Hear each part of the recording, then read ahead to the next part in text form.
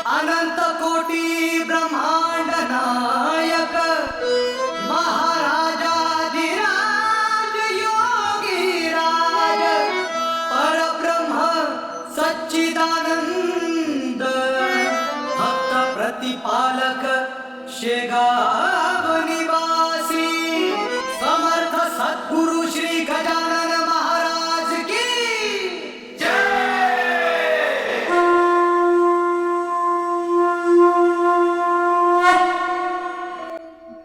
जय गजानन माऊली. मी अक्षय चरडे म्हणजेच तुमचा लाडका वराडी भाऊ. योगायोग कर्मयोगाने अनुभवलेल्या श्रींच्या लीला या पॉडकास्टमध्ये मी तुमचं सर्वांचं पुन्हा एकदा मनपूर्वक स्वागत करतो. तर एपिसोड नंबर 1 मध्ये आपण ऐकलं होतं ईश्वरी मांडवेकर माऊलींच्या अनुभवांबद्दल. आता एपिसोड 2 कोणाचं रिलीज करायचं असं आहे, पण यात एक सजेशन आली, एक कॉल आला मला भाऊजींचा. ताई आहे आमच्या घराजवळची, तिच्या इकडल्या भाऊजींचा कॉल आला. त्यांनी त्यांचे काही सजेशन सांगितले, त्यांना जे वाटलं म्हणजे मी काय केलं पाहिजे काय नाही केलं पाहिजे. तर त्यात ते पहिल्यांदा मला असं बोलले की तू दुसऱ्यांचे अनुभव सांगत आहे ते ठीक आहे, तू सांग, पण सुरुवात स्वतःपासून कर ना. तर मग मी ठरवलं की सेकंड एपिसोड मी माझा साक्षात्कार सांगेन, माझ्यासोबत जे घडलं होतं पहिल्यांदा. म्हणजे मी तेव्हा गजानन विजय ग्रंथ वगैरे वाचत नव्हतो, पण माझे आई बाबा पारायण करायचे. म्हणतात ना की आई वडिलांच्याच पुण्याने मुलं समोर जातात वगैरे काही गोष्टी असतात. तर तसंच काहीतरी. तर 2018-19ची गोष्ट आहे साधारण. मी एका नाईट शिफ्टच्या जॉबसाठी सिलेक्ट झालेलो होतो. नागपूरला छावणी एक एरिया आहे जो मानेवाडापासनं नाही म्हणता तरी 12 किलोमीटरच्या आसपास येईलच. आणि त्यावेळेला माझ्याकडे काही 2 व्हीलर वगैरे काही होतं नाही. 6:30ची म्हणजे 6:30ला घरून निघायला लागत होतं मला. 1 तास जायला लागत होता, 1 ते पाऊण तास. तर बस वगैरे होती म्हणून, कधी बस नव्हती कधी ऑटो भेटायचा, तर त्यामुळे मी 1 तास पहिले निघायचो. 6:30 ते 3:30 अशी ती शिफ्ट होती. तर इंटरव्ह्यू झाला. पहिल्या दिवशीच्या ट्रेनिंगसाठी त्या लोकांनी मला बोलवलं होतं. तर त्यावेळेला रात्री ट्रान्सपोर्ट एवढे चालायचे नाही, कॅब्स वगैरे तेवढ्या अवेलेबल नव्हत्या. आणि का बरं नव्हत्या, कारण त्यावेळेस मेट्रोचं वर्क सुरू होतं. आणि तशातच मग पहिल्या दिवशीचं ट्रेनिंग आलं. त्यांनी सांगितलं होतं की 3:30 पर्यंत शिफ्ट राहील. आता ट्रेनिंगमध्ये काय होतं, त्यांच्या मूडवर असतं, शिफ्टवर काही प्रोजेक्ट वगैरे नसतं, तर ते मधातच सुट्टी देऊन देतात. तर त्यांनी 12:30ला सुट्टी देऊन दिली. पहिल्या दिवशी त्यांनी 12:30ला सुट्टी दिली. तर माझं म्हणजे असं झालं की या साईडला येणार कोणी नव्हतं. सर्व होते महालपर्यंत किंवा कोणी बर्डीपर्यंत, पण ते त्यांच्या गाड्याबरोबर त्यांच्या पॅक होत्या, त्यांचे 2 व्हीलर्सनी ते आलेले होते. तर ते ट्रिपल सीट जाऊन आपले बरोबर पोहोचले. मला विचारलं होतं तू कसं जाणार म्हणून. मी म्हटलं कॅब वगैरे बघतो, कॅबने वगैरे जातो. तर तसं झालं, पण कॅब काही मिळाली नाही. तर मी छावणीपासनं लिबर्टी टॉकीज स्क्वेअर आहे तिथपर्यंत पायदळ चालत आलो. तिथे एक झोमॅटोवाला मिळाला मला, जो फूड डिलिव्हरीवाला असतो. त्याला मी विचारलं कुठे चालला, तर तो म्हणे तेव्हा आपला इटर्निटी मॉलला सिनेमॅक्स होता, तर सिनेमॅक्सजवळ चाललो म्हणजे चौकात. तिथून डिलिव्हरी ड्रॉप करून मी घरी निघेन म्हणे. मग तुझं घर कोणत्या साईडला आहे म्हटलं मी त्याला विचारलं. तर तो म्हणे की माझं घर वाडी साईडला आहे. तर तो विरुद्ध दिशेला चाललेला होता. तर त्यांनी मला तिथपर्यंत ड्रॉप करून दिलं, इटर्निटी मॉलपर्यंत, सिनेमॅक्सपर्यंत. त्याच्यानंतरही माझं घर अजून तिथून नाही म्हणता तरी 9 किलोमीटर दूर असेल. तर आता मला प्रश्न पडला की कसा जाऊ. पण चालत गेलो, काही मिळालं नाही, कॅब मिळाली नाही. बुक केली, 2दा कॅबवाल्याने कॅन्सल केली, 3ऱ्यांदा पुन्हा बुक केली. त्याच्यात लोकेशन नाही घेतलं, मोबाईलची चार्जिंग 7-8% काहीतरी असेल, असं झालं. तर मग चिंता व्हायला लागली. तर मी थांबलो नाही, मी चालतच होतो. हे सगळं चालताच करत होतो. आणि रस्त्यावर काही वाटत नव्हतं, एकटं असं वाटत नव्हतं, कारण मेट्रोचं वर्क सुरू होतं. तर कोणी लोक जेवण करत होते, कोणी काही. 1-2 लोकांनी मला विचारलं पण की इतनी रात का कहाँ घूम रहे हो, अच्छे खासे लग रहे हो बोले, पढे लिखे बोले. मतलब मी पूर्ण बॅग वगैरे घेऊन होतो ना, ऑफिसचा पूर्ण माझा तो अवतार होता. 2 ठिकाणच्या लोकांनी मला विचारले, एका ठिकाणी तर ते लोक जेवण करत होते. सरदार पटेल चौकाच्या जवळपास ते लोक जेवण करत होते. मेट्रोचे सगळे वर्कर आणि त्यांचा एक तो कॉन्ट्रॅक्टर का सुपरवायझर सॉरी. तर हे लोक जेवण करत त्यांनी मला विचारलं की आपके पास डब्बा होगा तो आप खा सकते हो बोले. सुबह तक रुक जाओ बोले. त्यांची टेंट वगैरे होतं प्रॉपर. त्यांनी मला मदत करण्याची मनसा दाखवली होती की मी सकाळपर्यंत थांबू शकता. पण मी थांबू शकत नव्हतो सकाळपर्यंत. तर मी ट्राय केलं की अजून काही मिळू शकतं का बा आपल्याला, कोणाची प्रायव्हेट गाडी, आपण कोणाला लिफ्ट मागू शकतो का. तर असंच करता करता मी मेडिकल चौकपर्यंत पोहोचलो. मेडिकल चौकचा तुकडोजी स्क्वेअर आला.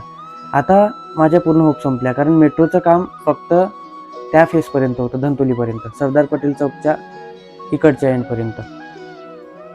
तिथून समोर आल्यावर माझी होप हे होती की पर्सनल गाड्या ज्या असतात ती की एखादी बाईकवाला किंवा एखादी कारवाला कोणी मिळालं तर त्याच्यासोबत लिफ्ट मागून नाही कुठंपर्यंत तरी आपल्या घराच्या रेंजपर्यंत तरी, आपल्या एरियाच्या रेंजपर्यंत तरी पोचता येईल. पण तसं काहीच नाही झालं. तुकडोजी चौकापर्यंत आलो, थोड्या थांबलो, एक पाणी वगैरे पिलो, 1-2 5 एक मिनटं मी थांबलो असेल, पाणी वगैरे पिलो, बॉटल होती माझ्याकडे. तिथून हात दिले 2-3 लोकांना, कोणीच नाही थांबलं. आणि मग तिथून थोडंसं 50 मीटर वगैरे चालत आलो असेल, चौकाच्या थोडं समोर. चौफेर बघितलं तर कोणीच नव्हतं. मागे वळून बघितलं, साईडला, चारही साईडला बघितलं, चौकातून कोणीच नव्हतं, दूरपर्यंत. माहिती नाही, अचानक 50 मीटर समोर गेल्यावर कुठून तो व्यक्ती आला, माझ्याच एवढा होता वयाने म्हणाल तर. ॲक्टिवा होती, ग्रे कलरची मे बी, सडपातळ असा व्यक्ती होता. आणि तो स्वतःच थांबला माझ्याकडे. दादा कुठे चालला म्हणे. मी म्हटलं मी बेसा रोडला चाललो म्हटलं, म्हणजे काही मिळालं तर नाही तर पायदळच जातो म्हटलं. तर चल म्हणे, मी शाहूनगरपर्यंत चाललो आहे म्हणे. तर बस म्हटलं, तिथपर्यंतच जायचं आहे म्हटलं मला, त्याच्या थोडं समोर आहे म्हटलं. तर एक्झॅक्टली कुठे जायचं आहे म्हणे. तर मी त्याला म्हटलं की रामचंद्र नगर, भवानी सभागृह. आता त्याच्या मागे मुद्रानगर आहे ना म्हणे, मी तिथेच राहतो म्हणे. म्हटलं मग त्याला ठीक आहे म्हटलं, चल म्हटलं. मग मी बसलो गाडीवर आणि आम्ही आलो. गोष्टी करतच त्याला विचारलं, तू कुठे वर्क करते वगैरे. तर माझी पण नाईट शिफ्ट असते म्हणे, म्हणजे सेकंड होती म्हणे आज. 3 ते 11 वगैरे मॉलमध्ये काम करत होता तो. बर्डीच्या समोर रेल्वे स्टेशनच्या रोडवर एक मॉल आहे आमच्या नागपूरला. तिथे शोरूम असतात ना टी व्ही वगैरेचे, तर त्याच्यात तो सॅमसंगच्या डिपार्टमेंटला होता असं त्यांनी मला सांगितलं होतं. आणि त्याच्या म्हणण्यानुसार तो मुद्रानगरला राहत होता. पण त्या दिवसाच्या नंतर आजपर्यंत तरी तो मला कधीही दिसलेला नाही. तर काय असू शकतं हे, चमत्कार, अवतार की माऊली. जसं मी महाराजांच्या सेवेत आलो तेव्हा मला एक्झॅक्टली कळलं की काय होतं ते, म्हणजे त्या व्यक्तीचं भेटणं. चौफेर बघता कुणी न दिसणं, आणि तुम्ही 50 मीटर समोर गेल्यावर अचानक तुमच्या मागून एक गाडी येणं आणि तुम्हाला तुमच्या घरपर्यंत ड्रॉप करून देणं. आणि त्यांनी मला माझ्या घराच्या गेटपर्यंत सोडलं होतं त्या व्यक्तीने. त्याच्यानंतर म्हणे ठीक आहे दादा, मी येतो म्हणे. आता साक्षात्कार किंवा चमत्कार आपल्यासोबत जेव्हा व्हायचा असतो तेव्हा एक गोष्ट असते की आपल्याला भुरळ पडलेली असते. आपण त्यावेळेला आपली बुद्धी काम करत नाही जनरली. कोणाची किती याच्यानंतरही अनुभव ऐकाल किंवा तुम्ही पर्सनली ऐकले असतील लोकांचे, तर त्यात असं होतं की भुरळ पडलेली असते आपल्याला, त्यावेळेला काहीच प्रश्न सुचत नाही. तर मी घरच्यांना सांगितलं, मला घरी येतपर्यंत 1:30 वाजून गेला होता, 1:30 ते 1:45. तर त्यावेळेस आता बरोबर आहे, थोडी झापता खाणारच आहे, कारण 1:30-1:45ची वेळ म्हणजे. आणि त्यांनी लोकांनी सांगितलं होतं ऑफिसवाल्या की 3:30 पर्यंत तुमचं लॉग आउट राहील. आणि मग मी असं ठरवलं होतं आम्ही घरच्यांनी मिळून की 3:30 ते 6 थोड्या वेळ ऑफिसमध्येच थांबून 6च्या बसनी मग आपण 8 वाजेपर्यंत घरी येत आहे तेव्हा. पण असं नव्हतं, मी 1:45लाच घरी पोहोचलो. तर मग ऑब्व्हियसली मला ऐकावं लागेलच, म्हणजे निश्चितच आहे ते ऐकावं लागलं मला. बाबा बोलले, आई बोलली म्हणे काय रात्रीच येत नको जाऊ वगैरे, कोणी सोडून दिलं. तो व्यक्ती चांगला निघाला म्हणून ठीक आहे, नाही तर मग का केलं असतं, आम्ही कोणाकडे बघितलं असतं वगैरे. तर नंतर माझी आई मला म्हणाली की त्याचं नाव काय होतं म्हणे, तो मुद्रानगरात राहते, तर आपण आता एवढे दिवस झाले म्हणे इथं राहता होतं, कोणी आडनावाने ओळखून घेईन म्हणे. म्हटलं मी नाही विचारलं ना. कसा म्हणे तू एवढा वेळ बोलला म्हणे. आपण सगळं माहिती आहे म्हणलं, तू कुठं काम करते, कोणत्या फ्लोअरला काम करते वगैरे असं त्यांनी सांगितलं म्हटलं. पण त्यानंतर पण मी 2 किंवा 3दा गेलो होतो त्या वर्षात त्या ठिकाणी, ज्या ठिकाणी त्यांनी सांगितलं. पण तो चेहरा मला दिसला नाही तिथे, तो व्यक्ती मला दिसला नाही तिथे. नाव तर माहीतच नव्हतं, म्हणजे भुरळ पडलेली असते की आपण नाही तो विचार करू शकत की यांचं नाव काय असू शकेल, त्यांना नाव विचारावं बा. कारण मला घराची आस लागलेली होती. मला माझं टार्गेट होतं त्यावेळेला की घरापर्यंत कसं पोहोचू. तर हा एक पहिल्या दिवशीचा एक्सपिरियन्स होता. तर त्यानंतर लगेच दुसऱ्या दिवशी तेव्हा पण त्यांनी 1:30 वाजता सुट्टी देऊन दिली. पहिल्या दिवशी 12:30ला, दुसऱ्या दिवशी ऑफिसवाल्यांनी 1:30 वाजता सुट्टी दिली. आता काय करावं? एक व्यक्ती जे होता आमची ट्रेनिंग घेणारे, त्यांच्या बाईकवर जागा खाली होती. तर मी त्यांच्या बाईकवर आम्ही ट्रिपल सीट आलो. मानेवाडा चौकापर्यंत त्यांनी मला ड्रॉप करून दिलं. मानेवाड्यातून उतरल्यावर माझ्या घरापर्यंत जाणं माझ्यासाठी इतकं काही कठीण टास्क नव्हता. पण रस्त्यावर जे कुत्रे वगैरे खूप असतात, तर त्यामुळे म्हणजे घाबरत होतो मी. तर थोडं अजून समोर चालत गेलो. साधारण 150 मीटर वगैरे आलो असेल मी. तेव्हा गाड्या वगैरे सुरू होत्या. मी हात वगैरे पण देत होतो. पण कोणी थांबत नव्हतं. तर मग माझं असं झालं की चला आता इथपर्यंत तर आलोय, अजून थोडंसंच तर राहिलंय, पोहोचून जाईल. पण अचानक मागून एक व्यक्ती आली. त्यांनी स्वतःहून गाडी थांबवली थोडं समोर, माझ्या थोडं समोर. मी त्यांना हात दिला होता. त्यांनी माझ्या जवळ गाडी न थांबवता एक 10 मीटरवर गाडी थांबवली आणि बोलले, "कुठे चालला?" मी म्हटलं, "शाहूनगरपर्यंत." "शाहूनगरच चालला?" म्हणे, "की त्याच्या समोर पण चालला?" म्हणे. म्हणलं, "त्या समोर आहे, पण तुम्ही कुठपर्यंत चालले?" तर म्हणे, "मला जायचं आहे एका ठिकाणी म्हणे, बेसा चौकात म्हणे, पण मला लोकेशन नाही माहीत म्हणे कसं पोहोचायचं." तर म्हटलं, "मी सांगतो," म्हटलं, "कसं पोहोचायचं," म्हटलं. तर "ठीक आहे," म्हणे, "बस," म्हणे, म्हणे. "तुला कुठे उतरून द्यायचं आहे ते सांग," म्हणे. तर माझ्या घराच्या जवळपासचा जो चौक आहे 200 मीटरवर, भवानी सभागृहवाला, तिथे त्यांनी मला उतरून दिलं आणि मग मी त्यांना ते समोरचा रस्ता सांगितला. पण एक गोष्ट मी नोटीस केलेली होती, की मी त्यांना ॲड्रेस सांगत होतो. आधी ते मला हे बोलले, गाडीवर आमचं कन्व्हर्सेशन जे झालं होतं ते, की मी या एरियात नवीन आहे वगैरे, मला रस्ते माहीत नाही आणि त्यावेळेला पण भुरळ पडल्यासारखीच झाली होती, की मी त्यांना विचारू शकलो नाही, इतक्या रात्री तुम्हाला कोणी बोलवलं? कोणाच्या घरी जायचं आहे? एक्झॅक्टली बेसा चौकात कोणत्या एरियात जायचं आहे? मी काहीच त्यांना विचारू शकलो नाही. का विचारू शकलो नसेल? काही की हाही एक चमत्कार होता माऊलींचा, श्री गजानन महाराजांचा. जरी मी त्यांना विचारलं नसेल, एक त्या 5 मिनिटाच्या कॉन्व्हर्सेशनमध्ये त्यांनी मला त्या गोष्टी सांगितल्या. म्हणजे त्या आता येऊन कळत आहे मला. जेव्हा मी एवढं रिअलायझेशन केलं, लोकांचं ऐकलं, गजानन विजय ग्रंथ वाचला, तेव्हा आता मला समजत आहे, की जर त्या व्यक्तीला बेसा चौक हा एरिया माहीत नाही, ते या एरियात पहिल्यांदा आले. पण जर मी त्यांना उतरल्यावर सांगतोय, की इथून सरळ जायचं आहे, मग साधारण तुम्ही 1 किलोमीटर समोर गेल्यावर जो पहिला चौक येईल तोच बेसा चौक. तर हां, ते माहीत आहे म्हणे मला. जर त्यांना हा एरिया नवीन होता, त्यांनी मला पहिले सांगितलं होतं, तर मग त्यांना बेसा चौक हा एरिया माहिती कसा? पण त्याच्यासमोर त्यांनी मला काही विचारू दिलं नाही. "हो, ठीक आहे, मला माहिती आहे, कळलं," म्हणे, निघून गेले. मला बोलू पण दिलं नाही आणि मग मी माझ्या रस्त्याने निघालो. तर आता ह्या अशा जर गोष्टी घडल्या, असे जर चमत्कार घडले, असे जर अनुभव आले, तर काय म्हणाल? म्हणजे मी त्यावेळेला अवाक होतो. मी घरी ते पण सांगितलं. त्याही दिवशी मी लवकरच आलेलो होतो घरी. म्हणजे साधारण 1 तास, 1.5 तास मी घरी लवकर होतो. त्याही वेळेस मी घरी येऊनच डब्बा खाल्ला होता. त्याही वेळेस मला ऐकायला लागलं होतं घरच्यांचं. म्हणजे असं झालं होतं, की उद्यापासून तू जाऊच नको म्हणे, राहू दे म्हणे. ते लोकं 3:30चं म्हणून 12:30, 1 म्हणत आली तेव्हा सुट्टी देत आहे म्हणे.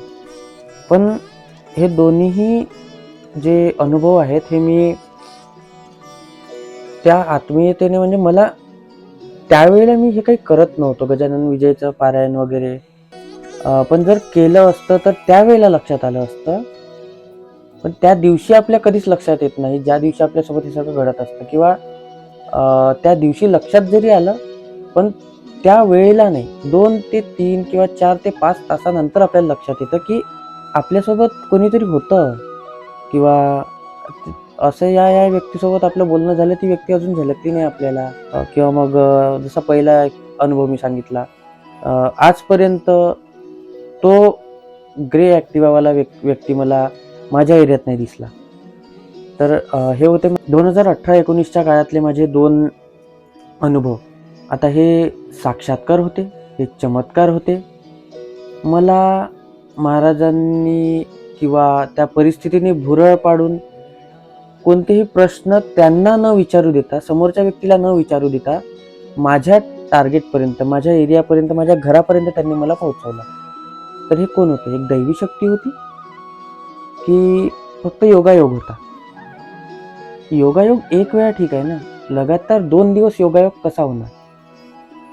आणि त्यानंतर पण काही गोष्टी घडल्या. तर ते सगळं मी आजच्या एपिसोडमध्ये काही सांगत नाही. पुढचे काही एपिसोड्स येतील, त्याच्यात पण बघूया. आणि तोपर्यंत तुम्ही काय कराल? तुम्ही हा पॉडकास्ट जास्तीत जास्त लोकांपर्यंत पोहोचवा, शेअर करा, लाईक, कमेंट आणि सबस्क्राईब पण करा चॅनलला. माझं इंस्टाग्राम हँडल आहे @IACR_online, जे खाली स्क्रीनवर पॉपअप होतं आहे.